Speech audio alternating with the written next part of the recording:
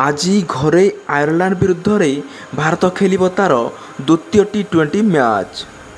ଗତ ମ୍ୟାଚ୍ରେ ଭାରତୀୟ ବୋଲରଙ୍କ ଆକ୍ରମଣାତ୍ମକ ବୋଲିଂ ସମ୍ମୁଖରେ ଆୟର୍ଲାଣ୍ଡ ଦଳ 7 ୱିକେଟ୍ ବିନିମୟରେ 139 ରନ୍ କରିବାକୁ ସକ୍ଷମ ହୋଇଥିଲା। ଭାରତ ଇନିଂସର 47 ରନ୍ରେ 2 ୱିକେଟ୍ର ପତନରେ ବର୍ଷା ପାଇଁ ଅଟକିଥିଲା ମ୍ୟାଚ୍। ଏହି ବର୍ଷାବାଧାପ୍ରାପ୍ତ ମ୍ୟାଚ୍ରେ ଭାରତକୁ ବିଜୟୀ ଘୋଷଣା କରାଯାଇଥିଲା। ସିରିଜ୍ରେ ଭାରତ 1-0ରେ ଆଗୁଆ ଥିବାବେଳେ ଆଜି ସିରିଜ୍ ବିଜୟ ପାଇଁ ପ୍ରୟାସ କରିବ ଭାରତୀୟ ଦଳ। ସେପଟେ ସିରିଜ୍ ବଞ୍ଚାଇବା ପାଇଁ ଚେଷ୍ଟା କରିବ ଆୟର୍ଲାଣ୍ଡ ଦଳ। ଆଜି ଭାରତୀୟ ସମୟ 7:30ରେ ଡବଲିନ୍ଠାରେ ଦେଖିବାକୁ ମିଳିବ ଉଭୟ ଦଳଙ୍କ ଲଢ଼େଇ। ତେବେ କିଏ ଜିତିବ ଆଜିର ମ୍ୟାଚ୍?